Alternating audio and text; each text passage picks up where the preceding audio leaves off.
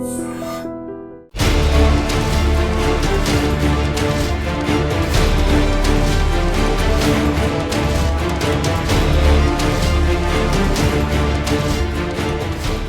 నమస్కారం. నేను స్వరూపపట్లపల్లి. Welcome to iDream. 4 నెలల క్రితం హైదరాబాద్లో షీలా హత్య, ఇప్పుడు నెల్లూరులో హాసిని మర్డర్. ఇలా జరుగుతున్న వరుస హత్యలు ఆందోళన కలిగిస్తున్నాయి. ముఖ్యంగా ఇవన్నీ హిజ్రాల హత్యలు. అవి జరుగుతున్న తీరు కూడా ప్రతి ఒక్కరిని కంటతడి పెట్టిస్తున్నాయి. ఆంధ్రప్రదేశ్లోని 10,000 మంది ట్రాన్స్జెండర్స్కు ఒక లీడర్లా, మార్గదర్శిలా ఉన్న హాసినిని ఎవరు హత్య చేశారు? అంత దారుణంగా టార్గెట్ చేసి, ప్లాన్ చేసి, స్కెచ్ వేసి మరీ హత్య చేయాల్సిన అవసరం ఎవరికొచ్చింది? సెటిల్మెంటే దీనికి కారణమా? లేదంటే హిజ్రా గ్యాంగుల మధ్య వారే దీని వెనక ఉన్న అసలు కారణమా? ఇలా అనేక ప్రశ్నలు తలెత్తుతున్నాయి. పోలీసులు ఓవైపు ఇన్వెస్టిగేషన్ చేస్తూనే ఉన్నారు. ఇంకోవైపు చూస్తే హైదరాబాద్లో ఇటీవల గృహప్రవేశంలో జరిగిన ఒక ఘటన అనేది కూడా అందరినీ ఆలోచింపజేస్తోంది. కొంతమంది ట్రాన్స్జెండర్స్ అక్కడికి వచ్చి విపరీతంగా ప్రవర్తించడంతో పోలీసులు వాళ్ళని అరెస్ట్ చేయాల్సి వచ్చింది. ప్రస్తుతం నాతో పాటు ట్రాన్స్జెండర్స్ యాక్టివిస్ట్ రచన ముద్రబోయిన ఉన్నారు. అసలు ట్రాన్స్జెండర్స్ అనేవాళ్ళు ఎలా ఉండాలి, సమాజం వారిని ఎలా చూస్తుంది, సమాజం పట్ల వారి బాధ్యత ఎంత అనేది రచనని అడిగి తెలుసుకుందాం. నమస్తే రచన. చూశారు కదా, హాసిని హత్య జరిగిన విధానం మాత్రం తీవ్ర కలత చెందేలాగే ఉంది. అసలు ఏం జరిగింది? ఎందుకంటే ఇన్ఫర్మేషన్ అంతా బయటికి రావట్లేదు. ఇది ట్రాన్స్జెండర్స్ హత్య కాబట్టి ఎవరు పెద్దగా పట్టించుకోరు. కానీ దీని వెనక భయంకరమైన పెద్ద కారణాలు ఉన్నట్టుగా తెలుస్తోంది. మీకు తెలిసిన నిజాలేంటి? మాకు అంటే ఇది అయినప్పుడు, మర్డర్ అయినప్పుడు నైట్‌లో రిపోర్ట్స్ ప్రకారం 10 ఆ టైంలో జరిగింది నెల్లూరులోనే. తను ఒక గుడి కుంభాభిషేకం పొద్దునయింది. తను కూడా కుంభాభిషేకం చేసి శ్రీశైలం బయలుదేరి వస్తుంది. లాస్ట్ వీడియో కొన్ని గ్రూప్స్‌లో పోస్ట్ చేసింది తను. అయితే ఏపీ, తెలంగాణకు సంబంధించి ఒక గ్రూప్‌లో ఆ విషయం వచ్చిందని నాకు కాల్ వచ్చింది. నేను ఆ గ్రూప్‌లో లేను యాక్చువల్‌గా, క్విట్ అయ్యాను కొన్ని రోజుల క్రితం. సరే అని నేను యాడ్ చేయమని అన్నప్పుడు వాళ్ళు కొన్ని ఫోటోలు, వీడియోస్ పంపారు. చాలా డిస్టర్బింగ్. అది చూసేటప్పటికి చాలా అంటే అసలు నమ్మలేకపోయాను యాక్చువల్‌గా. ఎందుకంటే హాసినిని ఒకలాగా అంటే ఒక ఎల్డర్ సిస్టర్‌గా నేను భావిస్తాను యాక్చువల్‌గా. అండ్ ఆల్మోస్ట్ ఆల్ 2013 అప్పటి నుంచి 2009 నుంచి కూడా నాకు అంటే ఒక అక్కలాగా, ఒక సిస్టర్లీ రిలేషన్‌షిప్ ఉంది. ఆ దృశ్యాలు చూసేటప్పటికి ఒక్కసారి షాక్‌లోకి వెళ్ళిపోయానంటే, ఇంకా నైట్ టైం 1, 2 టైంలో వచ్చింది అవన్నీ. కంటిన్యూస్‌గా కాల్స్ వస్తూనే ఉన్నాయి యాక్చువల్‌గా. ఎందుకు నేను కూడా చేస్తా ఉన్నాను. ఎలా అయింది ఏంటి అని. తను పూజ ముగించుకొని నెల్లూరు ఆ ఫ్లైఓవర్ తిరుగుతుంటే 2 కార్‌ల్లో వచ్చి తెలియని వాళ్ళు దాన్ని ఆపి, కార్‌ని ఆపి తన్ని దించి అక్కడ పక్కనే రైల్వే ఇది ఉంది, ట్రాక్ దగ్గర తీసుకొని వెళ్ళి మర్డర్ చేశారని కథనాలు అక్కడ ఉన్నవాళ్ళు చెప్పారు. ఆ కార్‌లోనే తనతో పాటు ఇంకొక ముగ్గురు ఉన్నారని వీడియోస్ ద్వారా తెలిసింది. చాలా బ్రూటల్‌గా మర్డర్ చేశారు. అంటే ముందు మేము చూసిన 2, 3 ఫోటోలు మేము అనుకున్నాము ఇది ఎలా అయింది, ఏంటి, మర్డర్ చేశారు సరే. 4, 5 తెల్లవారుజామున టైంలో కొన్ని భయంకరమైన ఫోటోలు గ్రూప్స్‌లో వచ్చినాయి, సర్క్యులేట్ అయినాయి. వేట కొడవలతోటి చాలా దారుణంగా అంటే దే స్లైస్డ్ యాక్చువల్లీ అనమాట. That's such a disturbing picture. ఎందుకంటున్నానంటే, అంటే మేము మా తల్లిదండ్రుల్ని అందరిని వదిలేసి అక్క చెల్లెళ్ళు ఇలాంటి ఒక ఒక ఒక మదర్లీ, ఒక సిస్టర్లీ లవ్ తోటి కమ్యూనిటీలో అక్కడే ప్రేమలు ఎతుక్కున్నాం మనం. అక్కడ దొరికినాయి మాకు ప్రేమలు. అలాంటి రిలేషన్షిప్స్లో ఉన్న మాకు సాటి కమ్యూనిటీ అక్క కానీ, సోదరు కానీ అలాంటి పరిస్థితుల్లో చూసినప్పుడు చలించిపోయాం. అంటే ఎందుకు చలించిపోయామంటే భయం, ఒకలా అంటే భయం. కన్నోళ్ళని అందరిని వదిలిపెట్టుకొని బయట ఒకళ్ళకొకళ్ళుగా జీవిస్తున్నప్పుడు ఇలా ఇంత దారుణంగా, ఇంత పగతోటి ఇలా చంపుతారా అని ఎంత పగుంది అనేది ఒకటి కనిపిస్తుంది ఆ హత్యలో, అంత దారుణంగా హత్య చేయటంలో. ఇంకోటేంటంటే తను కొద్దిగా టైంలోనే లీడర్‌గా ఎదిగింది. 7 సంవత్సరాల జర్నీ యాక్చువల్‌గా తనది. వెనక్కి తిరిగి చూసుకుంటే ఆ వ్యవస్థలో అంటే వితిన్ హిజ్రా వ్యవస్థలోనే అంటే ఏదైతే పవర్ కాన్ఫ్లిక్ట్ ఉంటుందో, పెద్ద, చిన్న దాన్ని దాటుకుంటా వచ్చి తనకంటూ ఒక లీడర్‌షిప్‌ని ఎమర్జ్ చేసుకుంటా వచ్చి ఒక ఏరియాలో రాయలసీమలో ఒక లీడర్‌గా ఎదిగిన హాసినిని చూసినప్పుడు తనది almost only very small journey 7 years and చాలా చిన్న వయసు కూడా 33, 34 ఇయర్స్ అంతే. అలాంటి చిన్న వయసులో ఉన్న లీడర్‌ని అంత దారుణంగా చంపారు అనంటే సో, అంటే ఎవరు చంపారు? దాని వెనక ఉన్న పాలిటిక్స్ ఏంటి అని పక్కన పెడితే, ఒక లీడర్‌లాగా ఎదిగిన వ్యక్తిని చంపడం ద్వారా ఆ కమ్యూనిటీకంతా ఒక మెసేజ్ ఏమవుద్దనంటే జాగ్రత్త మీరు. అంటే మీరు సమాజంలో మీరు ఎంత ఎదిగినా గానీ, ఎంత మీరు పవర్‌ఫుల్‌గా తయారైనా గానీ, but we can erase you. మేము మిమ్మల్ని తుడిచిపెట్టగలము అని ఏదైతే మెసేజు భయంతో కూడిన మెసేజ్ వెళుతుందో దట్ ఈస్ డిస్టర్బింగ్ యాక్చువల్లీ. అంటే మమ్మల్ని ఎవరు తుడిచిపెట్టలేరని కొన్ని తరాలుగా మా ముందున్న తరాల వాళ్ళు ప్రూవ్ చేస్తారు కదా! హిజ్రా కమ్యూనిటీ గాని ఎవరన్నా గానీ, మీరు మమ్మల్ని ఇళ్ళలోంచి గెంటేసినా, ఎక్కడ పనివ్వకపోయినా, ఏవి మాకు వసతులు కల్పించకపోయినా మేము ఉంటాము. మమ్మల్ని భూమి మీద నుంచి మీరు ఇరేజ్ చేయలేరు, తుడిచిపెట్టలేరని ఆ సమాజం చెప్పింది. ఆ కమ్యూనిటీ చెప్పింది మొత్తం సమాజానికి, సొసైటీకి మా కమ్యూనిటీ. అట్లాంటి దానిలో ఇలాంటి లీడర్స్‌ని అటాక్ చేసినప్పుడు చాలా డిస్టర్బ్ అవుతాం. ఒక భయం ఆవరించేస్తది మొత్తం మాకు. So, we are all in still shock. ఇంకా ఎవరు చేశారు? దీని వెనకాల ఎవరున్నారు? అని ఇంకా అంటే వెతుకుతున్నారు. ఇన్వెస్టిగేషన్ అయితే చేస్తున్నారు పోలీసుల్ని. ఒక ప్రెస్ మీట్ కూడా పెట్టాలని డిసైడ్ చేశాము. దాని ద్వారా పోలీస్ డిపార్ట్మెంట్‌కి చెప్పేది ఏంటి అనంటే ఫెయిర్ ఇన్వెస్టిగేషన్ చేయండి. ఎందుకు ఇలా చంపవలసి వచ్చింది? ఎవరున్నారు దీని వెనకాల? ఇలాంటిది మళ్ళీ రిపీట్ కాకుండా చూడండి. మీరు చెప్పినట్టు తెలంగాణలో షీలా మర్డర్ చూసినాక అందులో సేమ్ క్రూయాలిటీ, సేమ్ బ్రూటాలిటీ ఉంది. ఇప్పుడు హాసిని చూసాక కూడా అదే బ్రూటాలిటీ, అదే హింస. So, this is all disturbing actually. Yeah! అసలు దీని వెనక ఎవరున్నారు? ఒక బేల్దారి మేస్త్రి ఉన్నాడు. అతను శ్రీకాకుళం నుంచి నెల్లూరుకి వచ్చి అక్కడ స్థిరపడి సెటిల్మెంట్లు చేసే వరకు వెళ్ళాడు. అతనే ఈ హాసిని మర్డర్‌కి కుట్ర పన్నాడు. ఇంకొకటేంటంటే హిజ్రా గ్యాంగుల మధ్య ఉన్న వార్ అనేదే దీనికి కారణం. పైగా ఇంకొకటేంటంటే హాసినిని చంపిన విధానం గురించి కూడా మనం మాట్లాడుకోవాలి. అలా చాప్ చేసి మరీ చంపాల్సిన అవసరం ఏంటి? ఆమె మీద ఎంత ద్వేషం, పగ, కక్ష ఉంటే ఇలా చేసి ఉంటారంటారు? హ్మ్.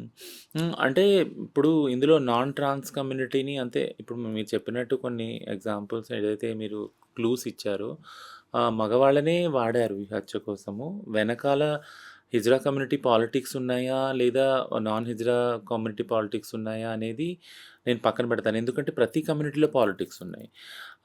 ముఖ్యంగా హిజ్రా కమ్యూనిటీలో పాలిటిక్స్ వస్తే చంపుకునే దాకా వెళ్తారనే దాన్ని నేను ఎప్పుడూ అడ్వకేట్ చేయను. దాన్నెప్పుడు I won't buy that actually. ఎందుకంటే హిజ్రా కమ్యూనిటీ మొత్తం సమాజానికి ఒక ఎగ్జాంపుల్ ఏం చూపించిందంటే ఎంత పెద్ద గొడవైనా గానీ, ఎవరినెవరిని తిట్టుకున్నా గానీ, ఎవరంటే ఎవరికి పగున్నా గానీ, ద్వేషం ఉన్నా గానీ, ఒక మాట అయినా గానీ కూర్చొని మాట్లాడుకుందాం ఫస్ట్. అది ఆ మాట్లాడుకునే విధానం కూడా మీరు చెప్తే నమ్మరు. కొన్ని గంటలు, కొన్ని డేస్ నడుస్తది యాక్చువల్‌గా. అంటే ఇద్దరు కన్సెన్సస్ వచ్చే వరకు ఇద్దరు పార్టీలు గానీ, ఇద్దరు వ్యక్తులు గానీ ఆ డిస్కషన్ డైలాగ్ నడుస్తూనే ఉంటుంది. ఏంటి అనంటే దీని వెనకాల ఉన్న కారణం ఏంటి అనంటే మనం అందరి చేత వెలివేయబడిన సముదాయం మనం. మనల్ని మన కన్నవాళ్ళు వదిలేశారు. అక్కతమ్ముళ్ళు, అన్నచెల్లెలు వదిలేశారు. గవర్నమెంట్ పట్టించుకోవట్లేదు. బట్ మీరు నేను కొట్టుకున్నప్పుడు మనం వితిన్ కమ్యూనిటీలో గొడవైనప్పుడు మనం రాజీకి రావాలి ఎక్కడో అక్కడ. నువ్వు ఒక మెట్టు తగ్గితే నేను ఒక మెట్టు తగ్గుతా. నువ్వు ఒక మెట్టు ఎక్కితే నేను ఒక మెట్టు తగ్గుతా. ఇలా ఎక్కడో అక్కడ ఒక అండర్‌స్టాండింగ్‌కొచ్చి ఒకళ్ళొకళ్ళు సమన్వయంగా చేసుకునే పద్ధతి హిజ్రా కమ్యూనిటీలో ఉంది. దాన్ని చటాయి అంటాం యాక్చువల్‌గా. సో, అలాంటి విధానాన్ని మొత్తం సమాజానికి చూపించింది హిజ్రా కమ్యూనిటీ యాక్చువల్.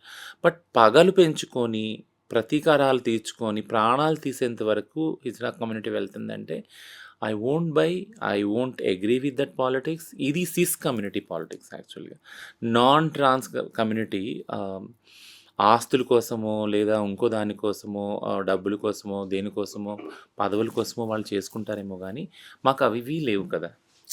మా సముదాయంలో ఉంది మేమే. మా తర్వాత కూడా మా వాళ్ళే ఉన్నారు. మేము ఏ ప్రాపర్టీ ఓన్ చేసినా అది మా వాళ్ళకే వెళ్తుంది. మేము ఏ నగలు కొనుక్కున్నా మా తర్వాత వాళ్ళు అది కట్టుకుంటారు. వాళ్ళు ఏ తల్లి కన్న బిడ్డలో కదా! వాళ్ళందరూ వచ్చి ఒక చోటకొచ్చినప్పుడు వాళ్ళకి ఫుడ్డు, ఒక షెల్టరు అన్నీ కల్పించేది మా సముదాయం కదా! అలాంటి దానిలో స్వార్థం అనేది ఎక్కడుంది అసలు? యాక్చువల్ లేదు.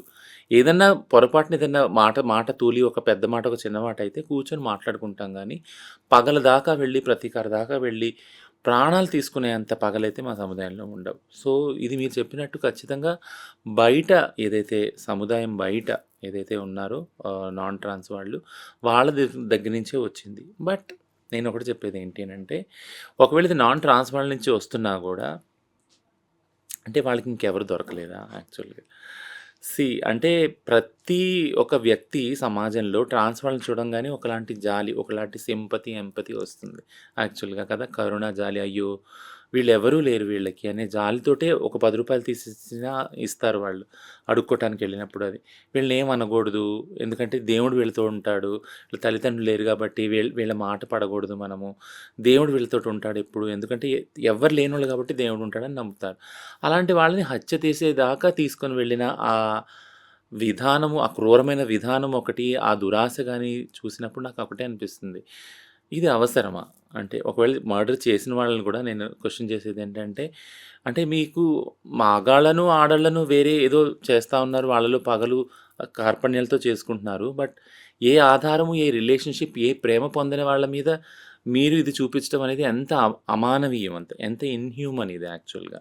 సో, అలా చేయటానికి కూడా మీ హృదయం ఎంత కఠినంగా తయారైందని అనాలి యాక్చువల్‌గా. యాహ్! రచన, మీకు హాసినితో పరిచయం ఉంది. మీ ఇద్దరు కాంటాక్ట్‌లో కూడా ఉంటారు కదా! ఎప్పుడైనా మీ కమ్యూనిటీ గురించి గానీ, బయట జరుగుతున్న రాజకీయాల గురించి గానీ, హాసిని మీతో షేర్ చేసుకోవడం అనేది జరిగిందా? తనకి థ్రెట్ ఉందని ఎప్పుడైనా చెప్పిందా మీకు? ఎప్పుడూ షేర్ చేసుకోలేదు. ఎప్పుడూ షేర్ చేసుకోలేదు. ఎప్పుడు మేము కలిసిన చాలా అంటే చాలా ఫ్యూ ఇన్సిడెంట్స్‌లో ఏదైనా మీటింగ్స్‌లో కలిసాం. ప్లాట్‌ఫామ్స్‌లో, కాన్ఫరెన్స్‌లో అట్లా కలిసాము. తను వచ్చేది రాయలసీమ నుంచి, నేను వెళ్ళేదాన్ని తెలంగాణ నుంచి. కలిసినప్పుడల్లా తను ఎప్పుడు కూడా నేను నా కమ్యూనిటీ అంటే నేను వచ్చే జియోగ్రఫికల్ ఏరియా నుంచి తెలంగాణ నుంచి గానీ, తను రాయలసీమ గురించి కూడా షేర్ చేసుకునేవాళ్ళం. అంటే షేర్ చేసుకునేవాళ్ళం అంటే ఏం ప్రోగ్రెస్ అవుతుంది. ఒకే విషయంలో మా ఇద్దరికి డిస్కషన్ అయ్యేది. "నువ్వు గవర్నమెంట్‌ని ఏం అడుగుతున్నావు చెల్లి" అని తను అడిగేది నేను. "నువ్వు గవర్నమెంట్‌తో ఎలా పని చేస్తున్నావు అక్క" అని నేను అడిగేదాన్ని. ఎందుకంటే ఏ లీడర్స్ మధ్యన అలాంటి హెల్తీ డైలాగ్ అవసరం. నేను ఇలా చేస్తున్నాను, ఇంకా ఎలా బాగా చేయొచ్చు అని తను అడిగేది. నేను ఇది చేస్తాను అప్డేట్ చేసేదాన్ని యాక్చువల్‌గా. ఈ డిస్కషన్ తప్పించి నా వెనకాల అంటే మన కమ్యూనిటీలో ఇంత రైవలరీ ఉంది, లేకుంటే ఇంకోటవుతుంది, భయంగా ఉంది, ప్రాణహాని ఇది ఎప్పుడు కూడా ఎక్కడ కూడా తను షేర్ చేసుకోలేదు. She has been so confident, అంటే చాలా కాన్ఫిడెంట్‌గా పవర్‌ఫుల్‌గా ఎదిగిన లీడర్ కాబట్టి ఆమె మీద ఆమెకు విశ్వాసం చాలా ఉండేది యాక్చువల్‌గా. హిజ్రాల నాయకురాలు అంటున్నారు. దాదాపు 10,000 మంది ట్రాన్స్‌జెండర్స్‌కి ఈమె లీడర్‌గా ఉంది అంటున్నారు. అంటే ఏం చేస్తూ ఉంటుంది తిను? చూడండి, ఏదైనా కమ్యూనిటీ లీడర్‌షిప్‌ని మనం అర్థం చేసుకోవాలనుకుంటే ఏ కమ్యూనిటీకి సంబంధించిన వాళ్ళు ఆ కమ్యూనిటీకి లీడర్‌లాగా ఉండాలనేది ఒక బేసిక్ ఫిలాసఫీ ప్రిన్సిపల్ గూడా. ఎందుకు అనేది నేను రీజన్ చెప్తాను. ఎందుకు అనంటే ఆ కమ్యూనిటీ వాళ్ళు కాకుండా వేరే కమ్యూనిటీ వాళ్ళు ఒకవేళ లీడర్‌షిప్ వహించారనుకో, నాయకత్వం వహించారనుకో, బయట వ్యక్తుల యొక్క స్వార్థం, వాళ్ళు ఏదో ఒక స్వార్థంతోటి ఏదో ఒకటి ఆశించి అక్కడికొస్తారు. దాంతో వాళ్ళ అవసరాలు తీరుతాయి గానీ, ఈ కమ్యూనిటీ అవసరాలు తీరవు.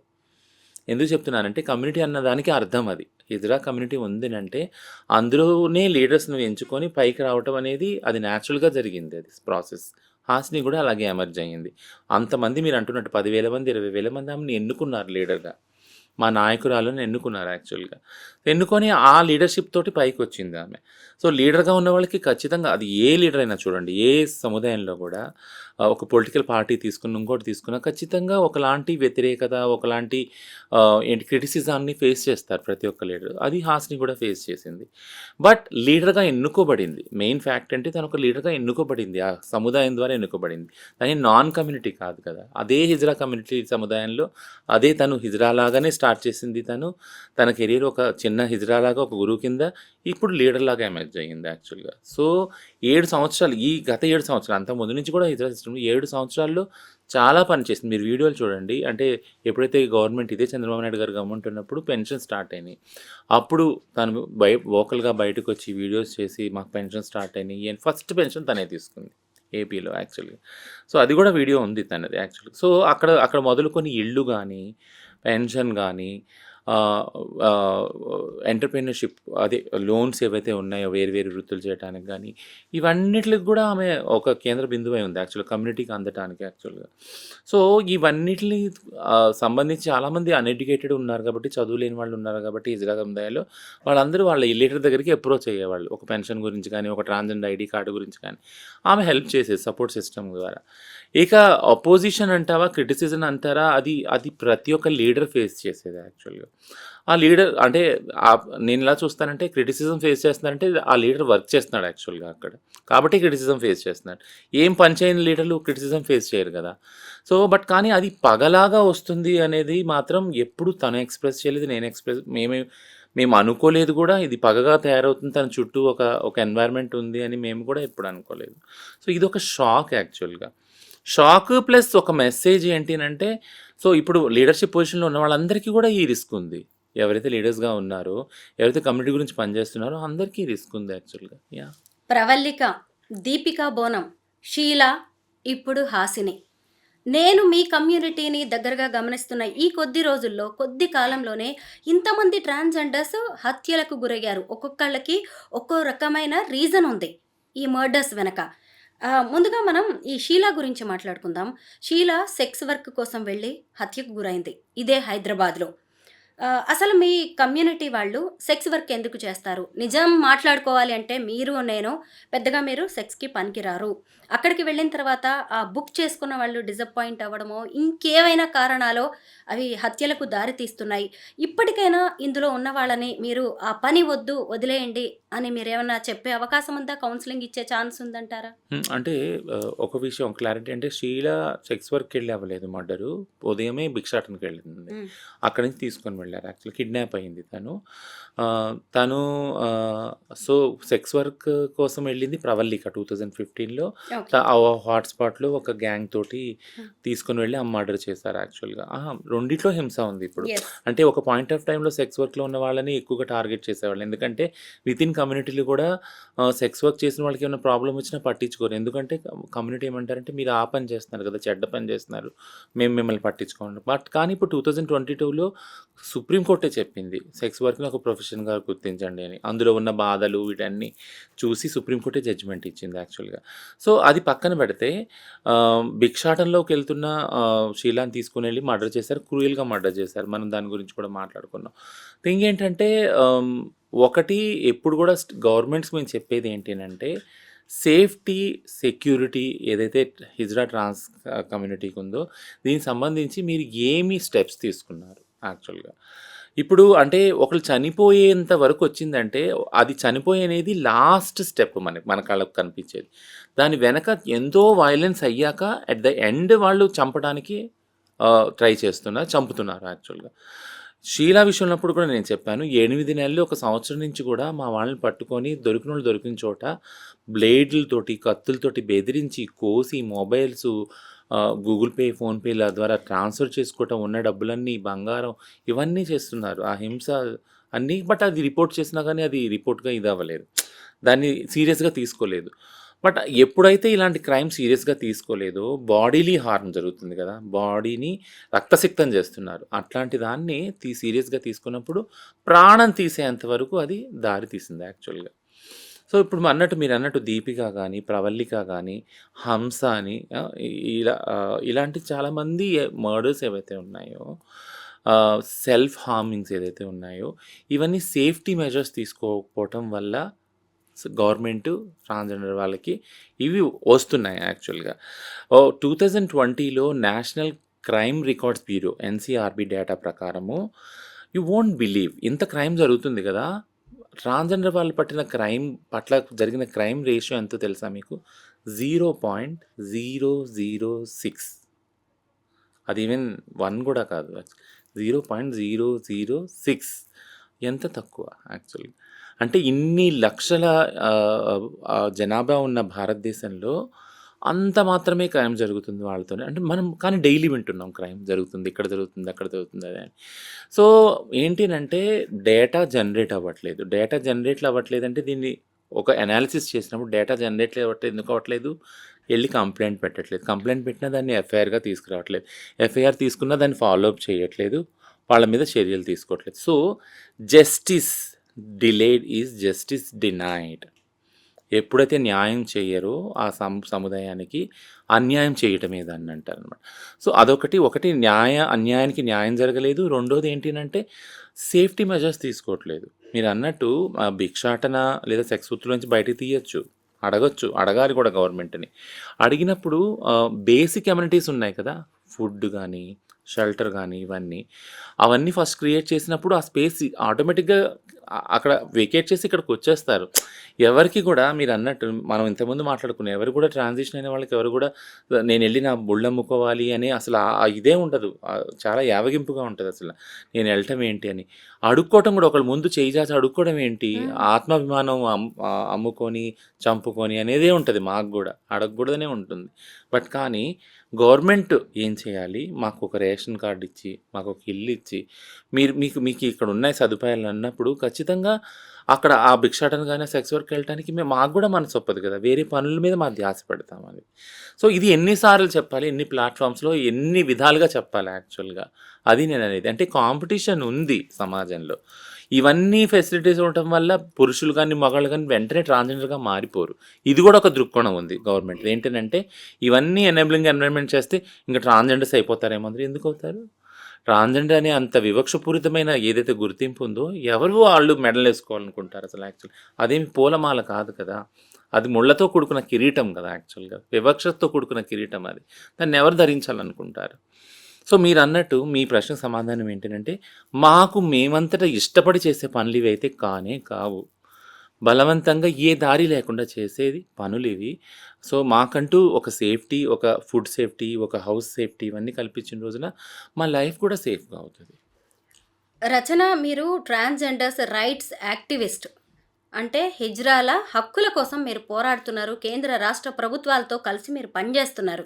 సో మీరు ఇప్పుడు ఒక ప్రశ్నకు సమాధానం చెప్పాల్సిందే. ఏంటంటే ఈ మధ్య కాలంలో లాస్ట్ వీక్ హైదరాబాద్లో జరుగుతున్న ఒక గృహప్రవేశంలో కొంతమంది వెళ్ళి 7 హిజ్రాలు వెళ్ళి నానా హంగామా చేశారు. అక్కడ పూజ జరుగుతుంటే బట్టలు విప్పి అందులో వేశారు, నోటికొచ్చినట్టు మాట్లాడారు, శపించారు, ఇష్టం వచ్చినట్టుగా బిహేవ్ చేశారు. వాళ్ళు పోలీసులకి కాల్ చేయడంతో అరెస్ట్ చేశారు. వాళ్ళ ఫొటోస్ కూడా పబ్లిష్ అయ్యాయి. బట్ ఈ కమ్యూనిటీని మీరు ఎలా దారిలో పెడతారు? ఇలా తప్పు దారిలో వెళ్ళి కమ్యూనిటీ మొత్తానికి కూడా బ్యాడ్ నేమ్ తీసుకొస్తున్నారు.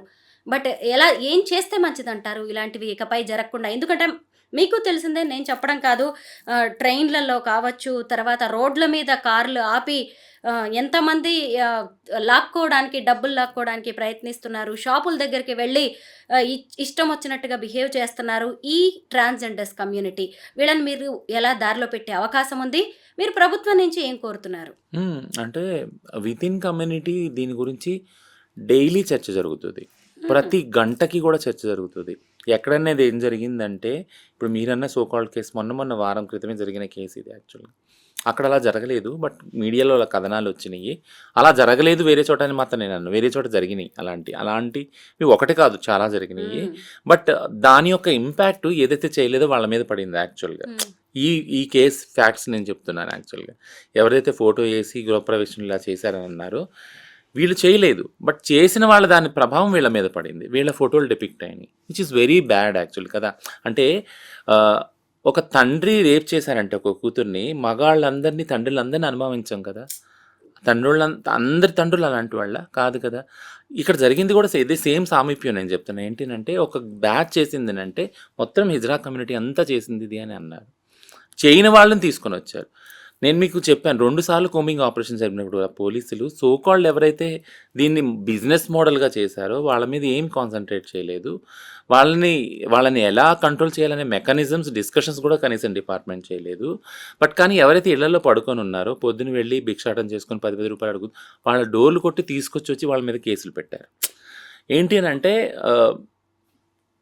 డిపార్ట్మెంట్కి ఉన్న అండర్స్టాండింగ్ అంటే వాళ్ళు హిజ్రాలే, వీళ్ళు ట్రాన్సే, వాళ్ళు ట్రాన్సే.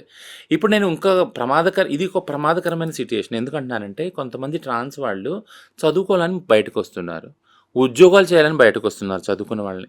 ఇప్పుడు ఆ గృహప్రవేశంకి వాళ్ళకి సెక్స్ వర్క్ వెళ్ళే వీళ్ళు ఒకటేనా? కాదు కదా.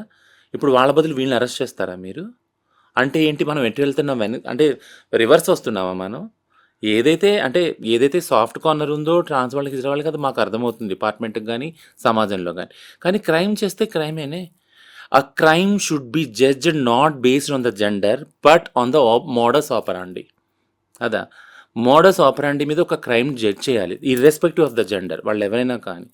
బట్ జెండర్ని బట్టి మీరు క్రైమ్ చేస్తున్నారు అనేది మాత్రం ఒక పిక్చర్ని తీసుకురాకండి, ఒక కమ్యూనిటీని పోర్ట్రే చేయకండి. అది పోలీసే చేశారు. నేను చెప్పాను కదా, పట్టుకొని ఫేక్ ట్రాన్స్జెండర్ అని చూపించారు ఒక దానిలో. ఒక సోకాల్డ్ పోలీస్ ఆఫీసర్ కూడా మీడియాలోకి వెళ్ళి చెప్పారు. అంటే ఫేక్ ట్రాన్స్జెండర్స్ అంటే ఎలా ఫేక్ ఉంటారు? ట్రాన్స్జెండర్ వాళ్ళ విషయాల్లో ఏంటినంటే, సోకాల్డ్ ఏదైతే అంటే బయటికి పంపించి పిల్లల ద్వారా అడుక్కోనించి ఇలా డబ్బులు ఏదైతే సంపాదిస్తున్నారో, లేదా అంటే సోకాల్డ్ ఆర్గనైజ్గా వాళ్ళు ఉన్నారు, లేదా ఆపరేషన్ చేసుకొని వాళ్ళు ఎవరైతే ఉన్నారు, అంటే సర్జరీస్ అందరూ చేసుకోవాలని లేదు, సర్జరీ చేసుకొని వాళ్ళు కూడా ట్రాన్స్జెండర్ అని సెల్ఫ్ ఐడెంటిటీ కదా. అంటే కొంతమంది మగవాళ్ళు కూడా అలా చీరలు కట్టుకొని మగవాళ్ళు ఎవరు షేవింగ్ రారు, చేసుకొని మగవాళ్ళు చేసే వాళ్ళది వేరే కమ్యూనిటీ ఉంది. అది వాళ్ళు వేరు. బైరూపులు కానీ లేదా జంగాలు కానీ సంథింగ్, వాళ్ళు కూడా పాపం చీరలు కట్టుకొని అడుగుకుంటున్నారు ఇవాళ రేపు. వాళ్ళు వేరే కమ్యూనిటీ ఉంది. బట్ మా కమ్యూనిటీలో సర్జరీస్ కాని వాళ్ళు కూడా ఉన్నారు యాక్చువల్లీ. సో సర్జరీస్ కాని వాళ్ళు కానీ, జుట్టు పెరిగిన వాళ్ళు కానీ, ఇంకా వాళ్ళకి వేరే ఆప్షన్ లేదు, చదువు లేదు. వాళ్ళు జెండర్ ఎక్స్ప్రెస్ చేయాలంటే ఎక్కడో ఊరు నుంచి వస్తారు, సిటీలో ఉంటారు, వాళ్ళు బ్రతకాలంటే అడుక్కోవాలి తప్ప వేరే పని లేదు. సో ఇట్లాంటి వాళ్ళని వీళ్ళు మగవాళ్ళు, వీళ్ళు చీరలు కట్టుకుంటున్నారు అంటే ఫేక్ రియల్ అనే ఒక తీసుకొస్తున్నారు. రీసెంట్గా జరిగిన దానిలో మీరు యూ వోంట్ బిలీవ్, ఒక 7-8 మందిని పట్టుకున్నారు, అందరూ సర్జరీ చేసుకునే వాళ్ళే, అందరికీ లాంగ్ హెయిర్ ఉంది. పొద్దున్న చూసేటప్పటికి వాళ్ళని అందరిని కూర్చోబెట్టి ఫోటో తీసి ఫేక్ ట్రాన్స్జెండర్స్ ర్యాకెట్ అని పెట్టాను నేను. వీళ్ళందరూ సర్జరీ అయిన వాళ్ళు. మరి ఇప్పుడు అంటే ఈ కన్ఫ్యూజన్ ఏంటి? మొన్నటిదాకా సర్జరీ అవ్వని వాళ్ళు ఫేక్ అన్నారు మీరు. పెళ్లి చేసేసుకుంటున్నారు ఆడవాళ్ళతోని, వాళ్ళతోని ఒక టైం వచ్చాక చీరలు కట్టుకొని అడుక్కోవడానికి వస్తున్నారు, సెక్స్ వెళ్తున్నారు, వీళ్ళు ఫేక్ అని అన్నారు. అక్కడ మీ కన్ఫ్యూజన్ మాకు అర్థమైంది. ఇప్పుడు మరి సర్జరీ చేసుకున్న వాళ్ళని కూడా ఇక మీరు వచ్చి ఫేక్ అని అంటారు. So what according to is fake and real actually? అంటే అది పోలీస్ డిపార్ట్మెంట్ కి కాదు, సొసైటీ విషయంలో కూడా కన్ఫ్యూజన్ ఉంది. దాన్ని పోగొట్టాల్సింది కూడా True. మీరే, ఎందుకంటే Yes. మాకు తెలియదు కదా ఎలా Yes. ఉంటాయి మీ సో కానీ behavior. అది పోగొట్టడానికి ఒక ఛాన్స్ అంటూ దొరకాలి కదా, ఒక ప్లాట్ఫామ్ అంటూ దొరకాలి కదా. యూ వోంట్ బిలీవ్, మన దగ్గర ఒక ప్రైడ్ ప్లేస్ అని పెట్టినప్పుడు ఒక డెస్క్ చాలాసార్లు మేము రిప్రజెంటేషన్స్, గత 3 సంవత్సరాలుగా మేము ట్రాన్స్మార్చ్ కలెక్టర్ ద్వారా రిప్రజెంటేషన్స్ ఇస్తున్నాం.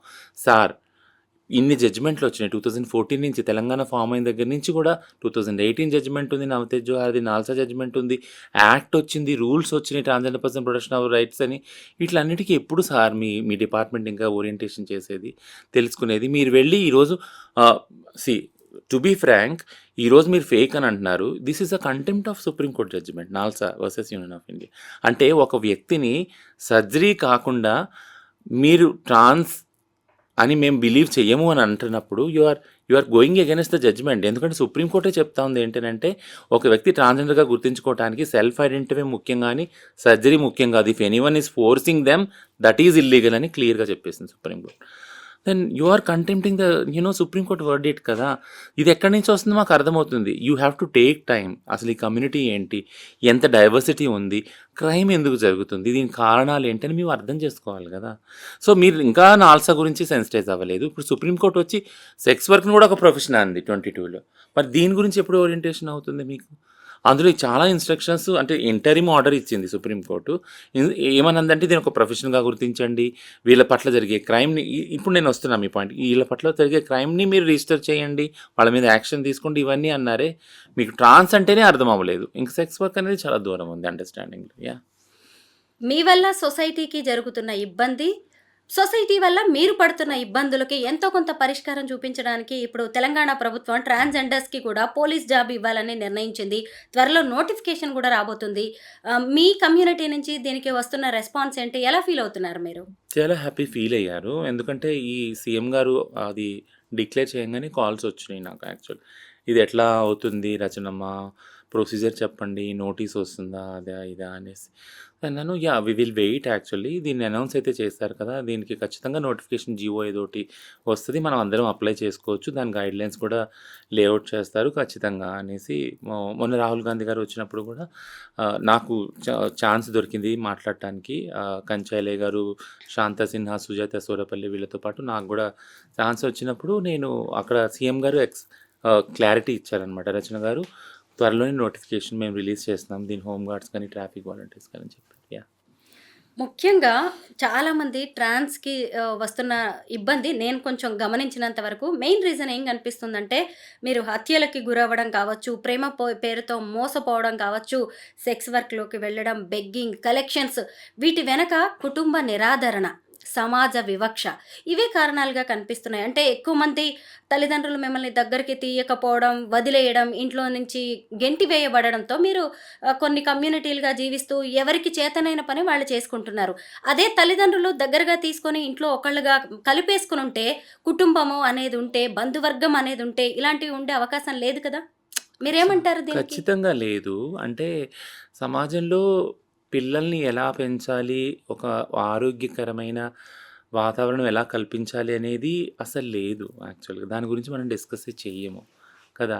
అలాంటప్పుడు ప్రతి ఒక్క చిన్న పిల్లాడు ఇర్రెస్పెక్టివ్ ఆఫ్ జెండర్ పక్కన పెట్టండి. ప్రతి ఒక్క చిన్న పిల్లాడు ఒక ట్రామాలోనే ఉంటాడు. ట్రామాలో ఉన్నాడు పిల్లాడు పెరిగి పెద్దయ్యాక గూడా అమ్మాయి గాని, అబ్బాయి గాని వాళ్ళు ఆ ట్రామాలోనే మిగతా వాళ్ళ జీవితం అంతా వెళ్లదీస్తారు యాక్చువల్‌గా.